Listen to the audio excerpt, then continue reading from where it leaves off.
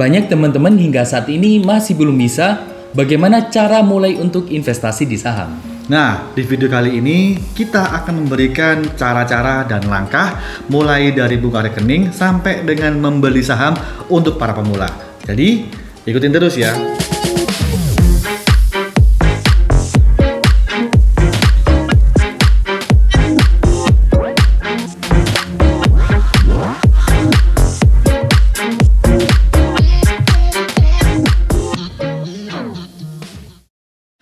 Halo, bertemu lagi bersama kami di channel Kaloka Pak Levi. Bersama saya Kaloka. Saya Pak Levi dan seperti biasa kami akan membahas seputar dunia investasi.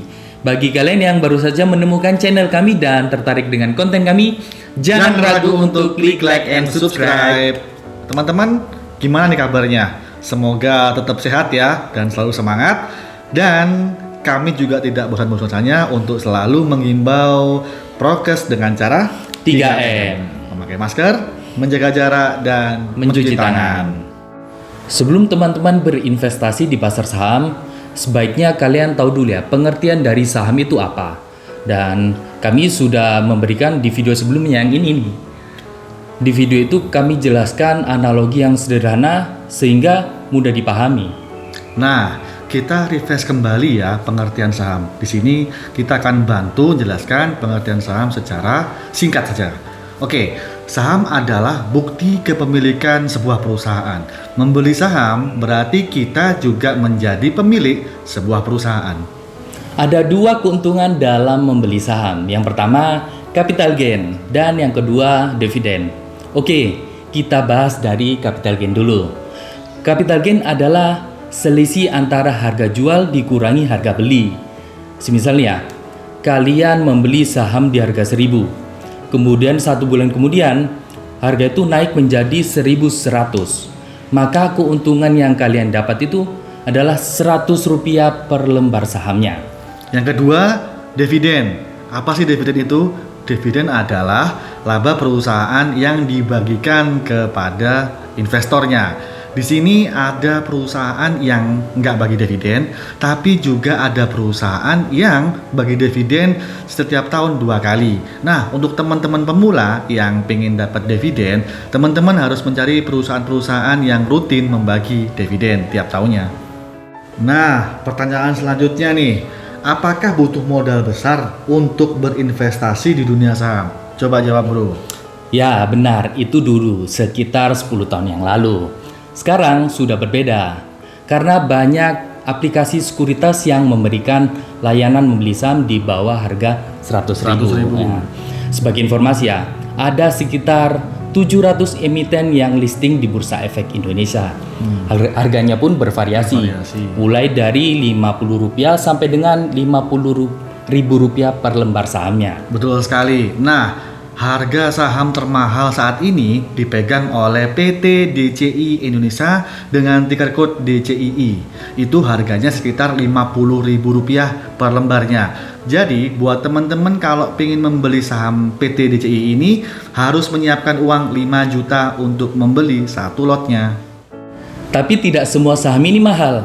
Ada saham yang murah tapi fundamentalnya bagus. Kita sudah bahas di video yang ini nih ya. Hanya dengan 100.000 kalian sudah bisa membeli satu lot saham. Pertanyaan selanjutnya nih bro, Ya. Apa kelebihannya saham ini dibandingkan deposito? Nah, pertanyaan yang bagus. Kita bahas ya. Kalau deposito itu rata-rata bunganya paling berapa sih? 4-5% setiap tahunnya. Itu pun belum dikurangi sama biaya pajak. Iya. Dan juga inflasi rata-rata per tahun itu 5%. Jadi kalau kalian menabung, bukannya uangnya berkembang tapi malah bisa menyusut. Beda sekali dengan investasi saham. Investasi saham itu returnnya bisa 20-30% per tahun, bahkan bisa per bulan. Tergantung dari kemampuan teman-teman memilih saham yang bagus. Kemudian investasi saham juga tidak ada biaya-biaya bunga, tidak ada. Kemudian dengan rata-rata bunga atau imbal hasil di atas inflasi setiap tahunnya, berarti ada kemungkinan jika kalian investasi di saham, nilai uang kalian akan semakin berkembang. Bro, Coba jelaskan ke teman-teman gimana cara beli saham. Oke, coba saya jelaskan ya. Jadi kita itu tidak bisa langsung membeli saham ke perusahaannya, harus melalui sekuritas. Iya. Karena sekuritas ini berperan sebagai perantara kita dalam membeli saham dan membantu kita untuk membukakan rekening di Bursa Efek Indonesia. Kalian harus memilih sekuritas yang sudah terregulasi oleh OJK. Dan kalian juga bisa mengakses di www.idx.co.id. Nah, setelah teman-teman memilih sekuritas, kemudian teman-teman harus punya SID dan RDN. SID itu semacam KTP untuk bertransaksi di pasar saham. RDN berfungsi sebagai rekening data nasabah teman-teman. Nah, di sini untuk SID dan RDN nanti akan dibantu oleh si sekuritas. Jadi teman-teman harus menyiapkan data diri seperti fotokopi, KTP, kemudian foto selfie, kemudian foto NPWP jika ada, dan juga foto buku tabungan, dan mengisi beberapa formulir. Nah, sebelum membeli saham, baiknya tentukan dulu kalian itu tipe investor atau tipe trader. Karena tipe investor dan tipe trader itu berbeda dari mindsetnya, dari caranya, ataupun dari analisanya. Kita sudah bahas di video yang ini ya, jadi kalian bisa cek sendiri. Nah bro, coba jelasin ke teman-teman gimana cara pilih saham buat pemula. Yes, betul. Untuk pemula, kita sarankan memilih saham yang berasal dari indeks LQ45 atau IDX30. Kenapa? Karena LQ45 adalah kumpulan saham-saham terbaik, berarti di situ ada perusahaan-perusahaan yang bagus, yang punya market kapitalisasi besar dan likuiditasnya juga tinggi.